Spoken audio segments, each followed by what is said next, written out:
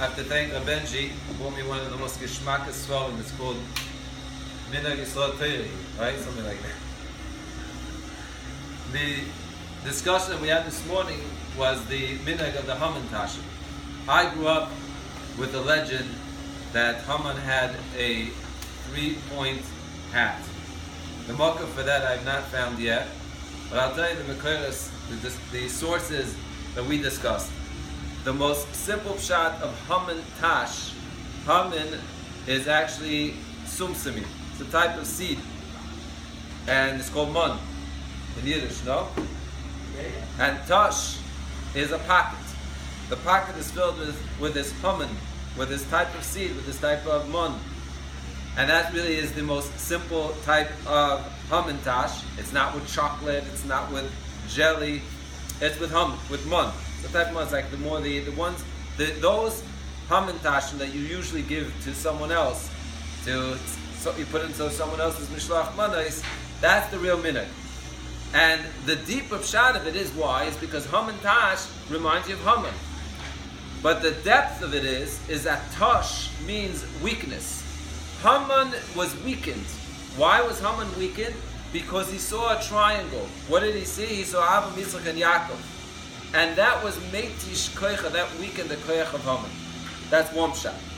The other pshat, the other type of food, which now is going to be perhaps my favorite food on Purim, was actually also, it was made of ground egoizim, ground walnuts, and you fry it in honey, and what it does is it puts it all together as a clump. This, by the way, is called, in Yiddish, it's called, I think, nunt. I don't know if anyone ever had this. This is not so popular. And the idea was, because since Haman said that the Jewish people are scattered, so on Purim you're supposed to have a food that takes all the small little particles and puts it together. That's the other delicious item that should be in your mishloach manos on your Purim table. Yesterday I spoke about the koich of achdus. Someone sent me the most amazing, if you didn't hear this story, it's kedai to hear it. There was a story that took place recently. There was a couple in Florida. A lot of people actually know this couple. Their name is Rosie. So they had a baby boy. They weren't sure what to call the baby. Of course, this always becomes a big thing. So she called her father in New York. The father said, listen, no pressure, which is unusual. No pressure. But you should know, I had a grandfather, which is your great-grandfather. His name was David Chai. David Chai, interesting name. If you feel connected to that name, you should call the boy David Chai. So the couples heard it, said it, fine.